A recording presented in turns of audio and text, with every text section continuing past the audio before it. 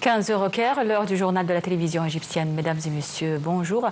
On commence tout de suite notre journal par les principaux titres de l'actualité. Le président Abdel Fattah el-Sisi tient un appel téléphonique avec l'émir du Qatar, l'émir Tamim bin Hamad Al Thani. L'Égypte salue la déclaration du président Donald Trump prévoyant un cessez-le-feu entre l'Iran et Israël.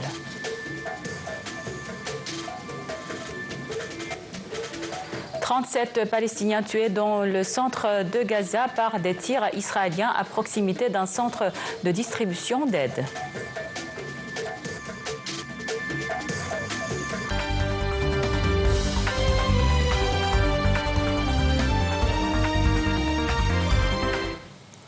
À la une de l'actualité, le président Abdel Fattah el-Sisi a tenu aujourd'hui une réunion avec le Premier ministre Dr Moustapha Madbouli et le ministre de l'Électricité et des Énergies renouvelables. La réunion a porté sur les derniers développements concernant le plan d'action du ministère de l'Électricité et des Énergies renouvelables, en particulier sur l'utilisation des énergies renouvelables et des batteries de stockage, ainsi que sur les efforts visant à améliorer l'efficacité énergétique, à rationaliser la consommation de carburant. La réunion a également abordé les projets de renforcement du réseau électrique national, notamment à travers l'interconnexion régionale, l'intégration de nouvelles capacités et l'amélioration des réseaux de distribution pour réduire les pertes. Le président Abdel Fattah el-Sisi a eu aujourd'hui un appel téléphonique avec l'émir du Qatar, l'émir Tamim bin Hamad Al Thani. Le porte-parole de la présidence de la République a déclaré que le président el-Sisi a exprimé lors de l'appel la condamnation de l'Égypte et le rejet total de toute violation de la souveraineté du Qatar à la suite des récentes attaques iraniennes contre la base aérienne d'Al Udeid, saluant la sagesse et la perspicacité des dirigeants qataris dans la gestion de cette crise. Le porte-parole a ajouté que l'appel avait également porté sur les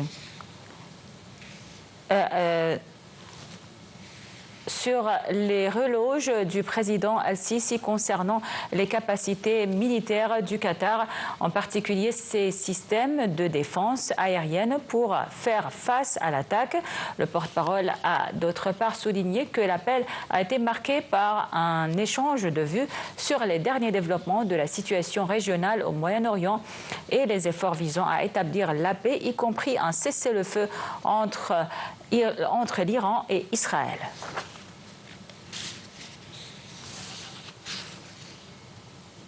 L'Égypte a salué donc la déclaration du président Donald Trump prévoyant un cessez-le-feu entre l'Iran et Israël. Dans un communiqué publié par le ministère de l'Intérieur, l'Égypte a jugé ce changement essentiel visant à contenir la situation dangereuse qu'a témoigné la région ces derniers jours et qui constitue un revirement important pour mettre un terme à l'affrontement militaire entre les deux pays afin de restaurer le calme. À cet égard, l'Égypte a exhorté les deux parties israéliennes et iraniennes à s'engager entièrement au cessez-le-feu, de faire preuve de maîtrise de soi au cours de ce moment décisif et d'adopter les procédures qui contribuent à réaliser l'apaisement et diminuer toute recrudescence de la situation pour sauvegarder la stabilité et la sécurité des peuples. La télévision iranienne a nié les allégations d'Israël d'avoir détecté de nouveaux tirs iraniens malgré le cessez-le-feu. Le ministre de la Défense israélien, Israël Katz, avait donné ses directives à l'armée de riposter fermement à la violation iranienne du cessez-le-feu. Il a ajouté dans un communiqué que la riposte visera des cibles du régime au cœur de Téhéran. Le Premier ministre israélien Benjamin Netanyahou a assuré aujourd'hui que Tel Aviv va riposter avec force à la violation du cessez-le-feu par l'Iran. Il a prétendu qu'Israël a réalisé son objectif d'avoir éliminé les menaces nucléaires et les fusils iraniens. Netanyahou a remercié le président américain dans son soutien à Tel Aviv et sa lutte contre le programme nucléaire iranien. Et l'armée iranienne a accusé aujourd'hui Israël d'avoir mené des frappes sur le territoire de l'Iran jusqu'au matin, soit après l'annonce d'un cessez-le-feu par le président américain Donald Trump. Un porte-parole du commandement des forces armées a déclaré que le régime israélien a mené 3 vagues d'attaques sur des sites du territoire iranien aujourd'hui sans donner de détails. D'autre part, les autorités iraniennes ont désamorcé 2 missiles non explosés près de la prison d'Evin au lendemain de frappes israéliennes sur cet établissement pénitentiaire de Téhéran qui y ont fait des morts selon la justice iranienne.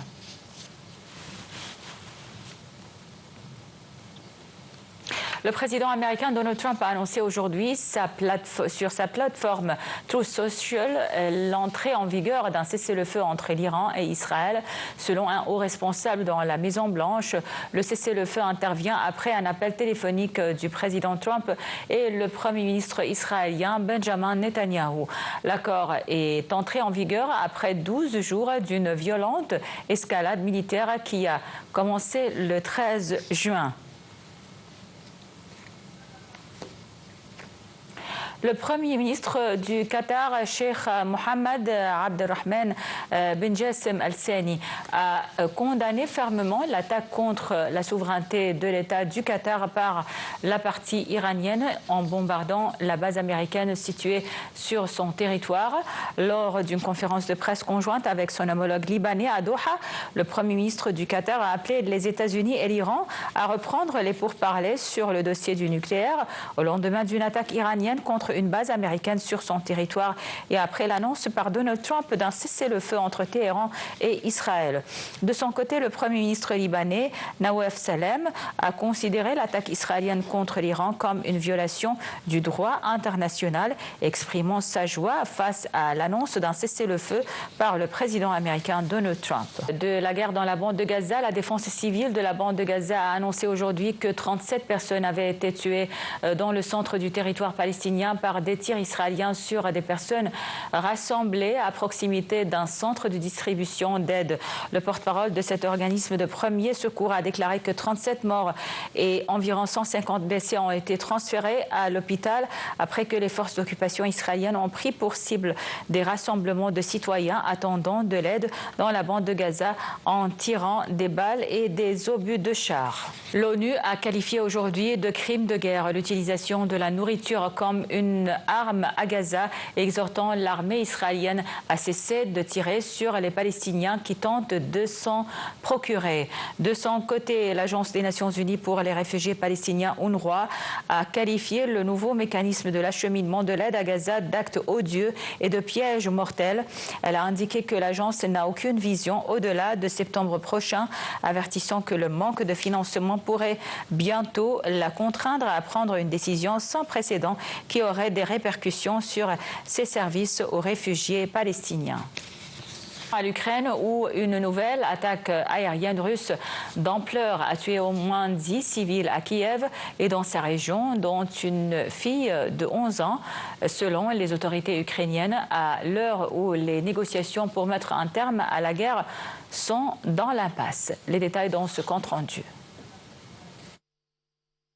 À Kiev, au moins 10 civils ont été tués. Une trentaine de personnes ont par ailleurs été blessées après une nouvelle attaque aérienne russe. Le président ukrainien Volodymyr Zelensky, qui a dénoncé une attaque totalement cynique de l'armée russe, est au Royaume-Uni lundi et a été reçu par le roi Charles III avant de s'entretenir avec le Premier ministre Keir Starmer en vue d'approfondir la coopération en matière de défense, selon son porte-parole. Zelensky est également attendu au sommet de l'OTAN qui s'ouvre mardi à La Haye. Où est attendu le président américain Donald Trump qui pousse pour une fin des hostilités entre Moscou et Kiev. Les frappes russes ont commencé peu avant minuit dimanche et duré plus de 4 heures, d'abord avec des drones explosifs, puis des missiles balistiques et de croisière. À Kiev, plusieurs quartiers ont été touchés et une section entière d'un immeuble résidentiel de plusieurs étages a notamment été détruite. La Russie a affirmé avoir visé des cibles militaires. Au total, Moscou a tiré dans la nuit 352 drones, dont 159 Shahid. Des drones explosifs de conception iranienne et 16 missiles, dont des projectiles balistiques produits par la Corée du Nord. De nouvelles frappes russes visant la région d'Odessa dans le sud de l'Ukraine.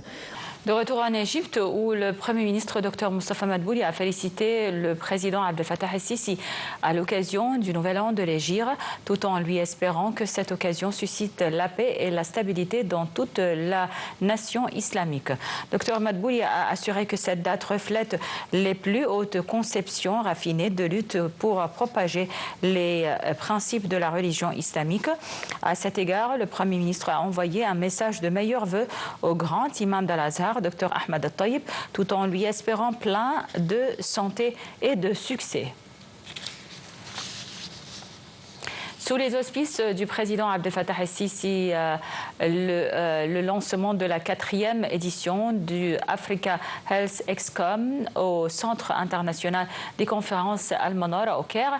Cette édition est organisée par l'autorité égyptienne d'achat unifié et de gestion des technologies médicales en partenariat avec le CDC Afrique, l'ODA NEPAD et le cabinet Muharram & Partners.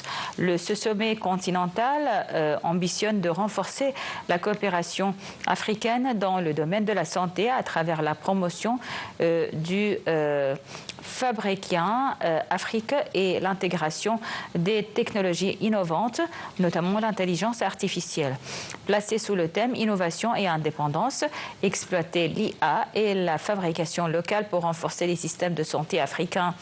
350 entreprises du secteur pharmaceutique et médical participent à cette édition avec une affluence attendue de près de 60 000 visiteurs professionnels venus de tout le continent. Il est prévu qu'un forum africain sur l'intelligence artificielle en santé se tiendra en marge du salon pour explorer les solutions numériques au service des politiques sanitaires en Afrique. Et sur notre page économique, les bourses mondiales bondissent aujourd'hui, portées par l'annonce de Donald Trump d'un cessez-le-feu entre l'Iran et Israël sur sa plateforme Truth Social, acceptée par Israël mais sans confirmation directe par Téhéran. En Europe, Paris bondissait de 1,25%, Francfort de 1,72%, Milan de 1,47% et Londres prenait 0,42%. En Asie, Hong Kong progressait fortement de 2,15% dans les derniers échanges. Tokyo a terminé en nette hausse de 1,14%, Séoul de 2,96%, Shenzhen de 1,68% et Shanghai de 1,15%. Leur valeur refuge des investisseurs reculait de 1,30%.